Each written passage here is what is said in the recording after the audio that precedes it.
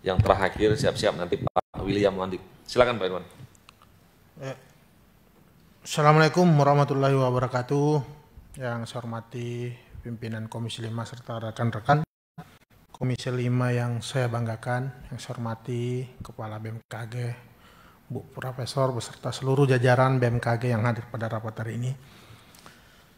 Saya ada dua pertanyaan. Ini pertama, Bu Profesor, tanggal 5 Juni dan 6 Juni itu terjadi gempa di Sangkulirang, Kutai Timur.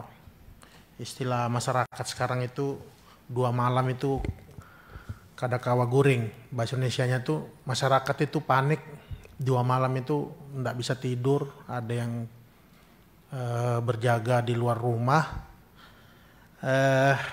Terkait ini mungkin saya mau tanya, apakah seperti peralatan seismograf untuk informasi gempa bumi dan tsunami itu sudah ada di Sangkulirang ya, Kutai Timur Kaltim ini, atau peralatan monitoring gempa bumi dan tsunami melalui Indonesia Disaster Resilience Initiative Project IDRIP ini sudah ada gitu.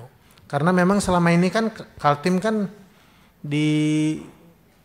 dianggap, diidentifikasi itu sebagai aman gitu. Tetapi faktanya ini masyarakat panik ini.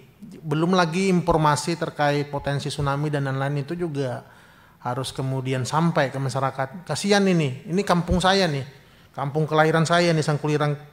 Beberapa puluh tahun nggak pernah gini, tiba-tiba ada gempa bumi 4,3 ya skalanya itu.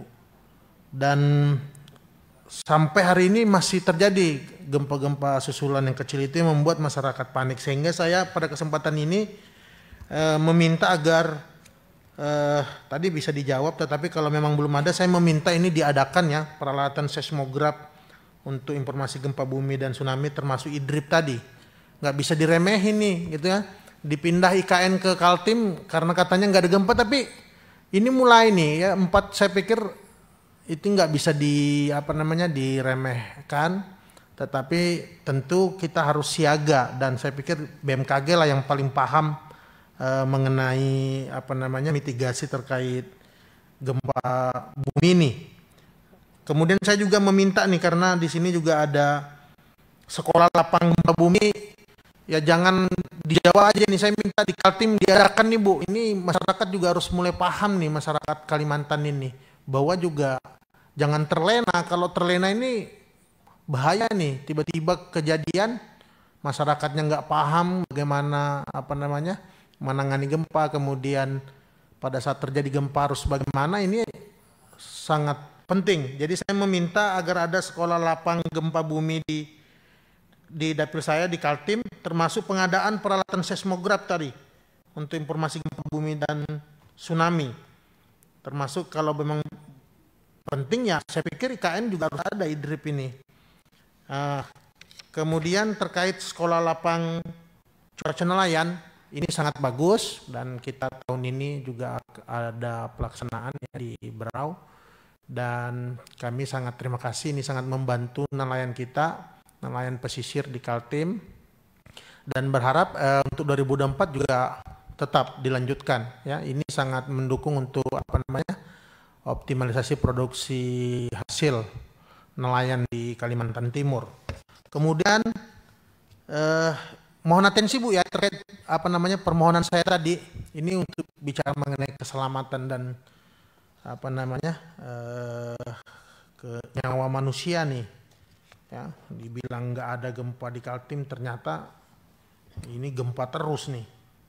Kemudian yang kedua, ada fenomena bisa dilihat di berita di Kompas tuh, Kabupaten Berau ya di Kaltim itu, judul beritanya tuh Berau memanas, kematian meningkat dan petani bekerja di malam hari. Jadi memang ada kenaikan suhu 0,95 derajat Celcius dalam 16 tahun terakhir ini di Berau. Apakah fenomena ini juga menjadi perhatian dan penelitian BMKG? Karena ini berdampak ya pada keselamatan nyawa manusia juga, tapi yang jelas sangat mengganggu aktivitas petani karena memang terasa banget suhunya ya. Apakah kemudian juga BMKG ada penelitian terkait peningkatan suhu ini, dan kalaupun memang sudah ada misalnya peralatan untuk pengamatan peningkatan suhu ini, saya pikir ini juga penting ya untuk BMKG mengadakan. Pimpinan, saya pada kesempatan rapat ini BMKG ini kita jangan remehkan ya. Saya pikir negara besar ini kok tiap tahun BMKG ini anggarannya kayak menunaikan kewajiban saja gitu loh. Yang penting ada anggaran, nggak bisa. Kita sebagai bangsa besar, BMKG ini saya pikir kita harus bekali dengan fasilitas-fasilitas yang memang dibutuhkan. Saya pikir kalau informasi data kita juga siap, itu juga memitigasi bencana, juga bagi informasi gitu loh untuk masyarakat kita ya dalam perekonomian dan lain-lainnya. Jadi pada kesempatan ini saya minta ini ditambahlah, ini kok banyak nol-nolnya nih untuk tahun 2024 nih. Ya. Mungkin itu saja pimpinan. Saya minta garis prioritas tadi Bu terkait mengenai gempa bumi di Sangkulirang ini. Saya minta peralatan seismograf kalau memang belum ada, kemudian IDRIP termasuk sekolah lapang gempa bumi di Sangkulirang ini. Terima kasih. Assalamualaikum warahmatullahi wabarakatuh. Pak Ketua, dikit nyela dikit Pak Ketua. Ya, silakan.